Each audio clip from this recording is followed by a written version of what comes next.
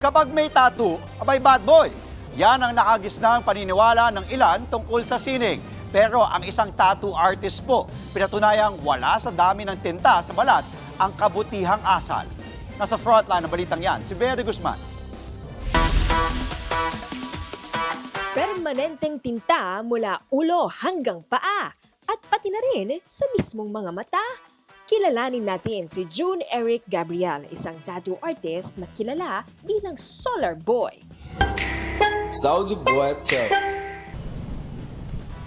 Hey yo, what's up? It's your boy, Solar Boy. So ayun, another day, another tattoo na naman ang ating gagawin.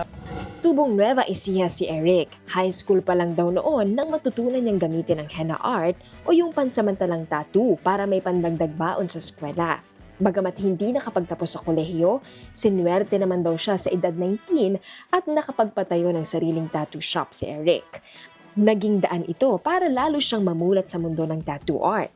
Ang mundo kung saan malaya niyang naipapahayag ang sarili at patuloy na nakakahanap ng dahilan para mabuhay.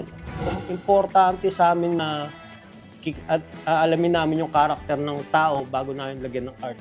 Mga iba't ibang tao na may iba-ibang paniniwala. Ang bawat disenyong nililikha ni Eric ay kwento na pinanghahawakan niya para sa malalim na pananampalataya at pagiging makatao. Anya, nakilala lamang siya bilang Solar Boy dahil sa kanyang pamimigay ng libreng pagkain sa lansangan ng nakabisikleta at habang tirik ang araw. Kala nila sa ganitong larangan, kailangan rock and roll ka lang. So, kailangan na ipakita ngayon, maging good example instead na pangit na imahe sa mga sa community. Ang isang tattoo shop, ngayon, naging 3 na at katuwang niya ang kanyang co-artist at misis na si Za Billones. Nasaksihan daw niya kung paano tiniis ni Solar Boy ang mga hirap na nagsisimula pa lamang siya.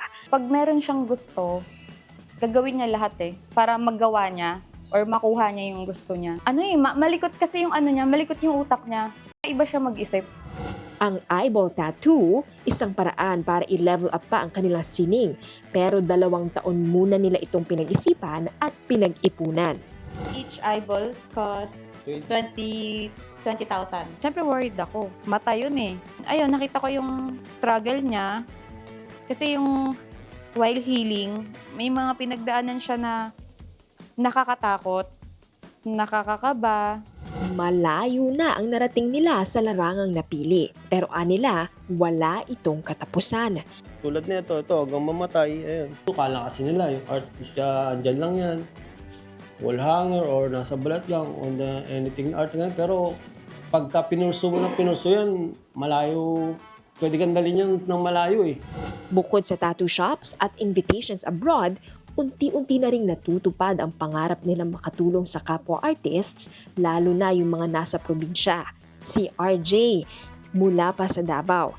Siya kasi sobrang tagal na sa tattoo industry pero yung respeto niya, mapabago man o lumang artist, pantay lahat ng pagtingin niya Kasama ang kanyang misis at ang mga artist na kanilang tinutulungan, patuloy nilang binubuo ang isang komunidad kung saan ang sining ay hindi lang palamuti, kundi isang paninindigan. Bea de Guzman, News 5. Mga kapatid, Andre Felix po, iba na ang may alam at may pakialam sa panahon ngayon. Para po sa tuloy-tuloy na balitaan sa Frontline kahit weekend, mag-follow at mag-subscribe na sa social media pages ng News 5.